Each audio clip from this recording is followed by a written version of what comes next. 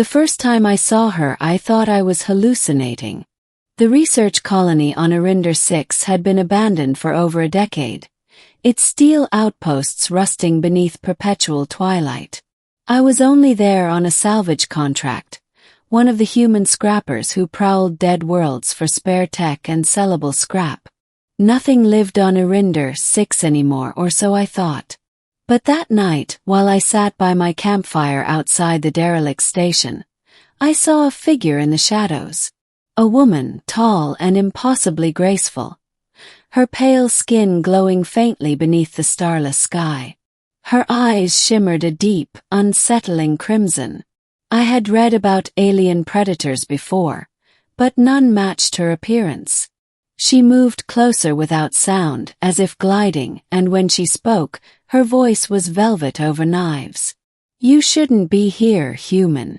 I fumbled for my plasma cutter, my only weapon, but she didn't flinch. Instead, she tilted her head, studying me as though I were some rare specimen. Then her lips curved into something like a smile. "You're not afraid. But that makes you suitable." "Suitable for what?" I asked, though my throat was dry. Her eyes burned brighter. "For eternity." Middle. Her name was Nisra, and she was no ordinary alien. She belonged to an ancient species scattered through the hidden corners of the galaxy, a race humanity whispered about in myths, calling them the Starfeeders, the Eternal Ones, the Sanguine Shadows. But she gave me a word I could understand: vampire. Nisra explained she had survived on Arinder 6 long after the human colony died, feeding sparingly, sleeping for decades at a time. She claimed she had lived thousands of years, outlasting empires, watching civilizations rise and crumble. And now she said she wanted me. "You could live forever," she whispered one night as we walked through the hollow corridors of the abandoned station. "I can gift you what no human science has mastered: life beyond death, strength beyond flesh. But there is a cost." I swallowed hard. "What kind of cost?" Her crimson eyes lingered on my throat for a moment too long. "You will drink as I do, feed as I do. To survive eternity, you must surrender your humanity. Blood will become your anchor." She let her words hang in the stale air. "Most humans I have offered this to ran. You, I think, will not." I should have been terrified, yet there was something intoxicating about her presence. She was dangerous, yes, but also beautiful in a way no human could ever be. Every glance from her seemed to pierce through my very soul. For days, she lingered around me. She showed me parts of the station no scanner had revealed, chambers where alien carvings decorated the walls, symbols of her kind's long-forgotten empire. She told me of the stars she had seen, of nebulae where her people once ruled as gods. But always she returned to the same promise: immortality, and always the same warning: the terrible cost. I resisted at first. What use was eternity if I lost myself in the process? If I became a monster? But as the weeks passed, my perspective began to shift. My human body tired easily under the strain of salvage work. I had no family waiting for me back on Earth. No legacy, no one who would remember me after I was gone. My life was small, finite, disposable. Nisra's offer haunted me. One night, under the flickering light of the old station's failing generators, she finally asked me to choose. She stepped closer, her pale hand brushing against mine, cold as starlight.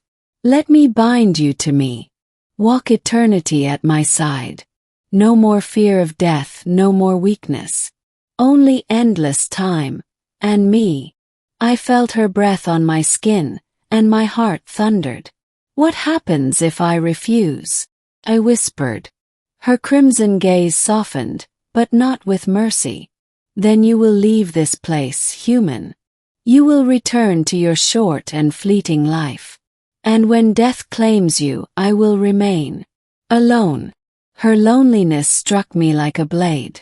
I realized then that her offer was not just about power. It was about companionship. After millennia of watching everything die, she wanted someone to stay, someone to choose her.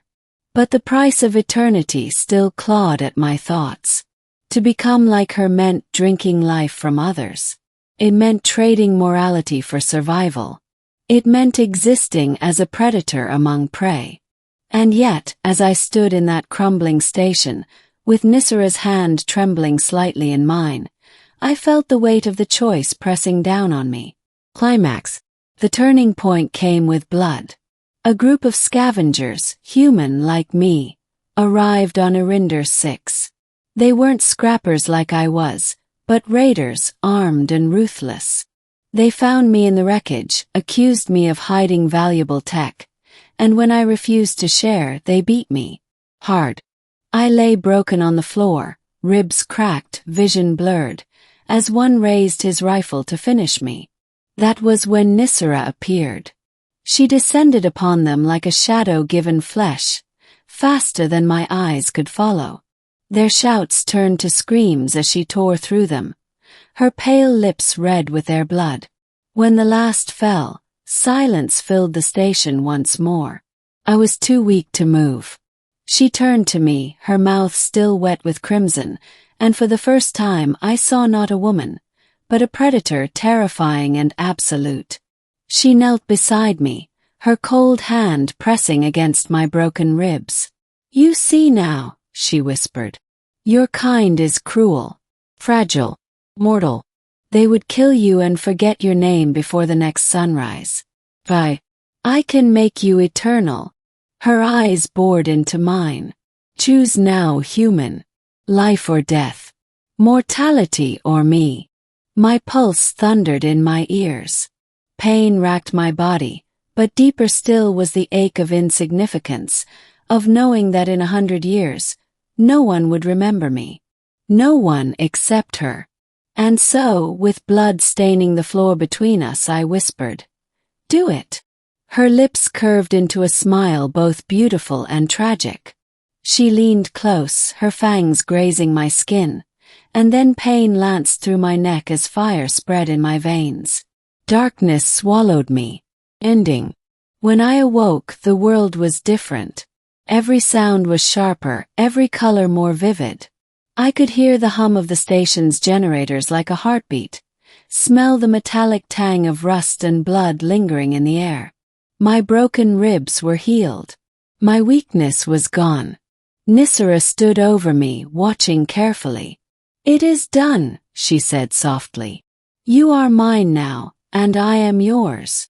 I touched my chest, expecting the familiar rhythm of my heartbeat, but there was none, only silence, a cold dread mixed with exhilaration.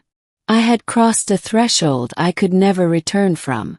The first time hunger gnawed at me, I tried to resist, but Nisara guided me, bringing me small animals first, teaching me control.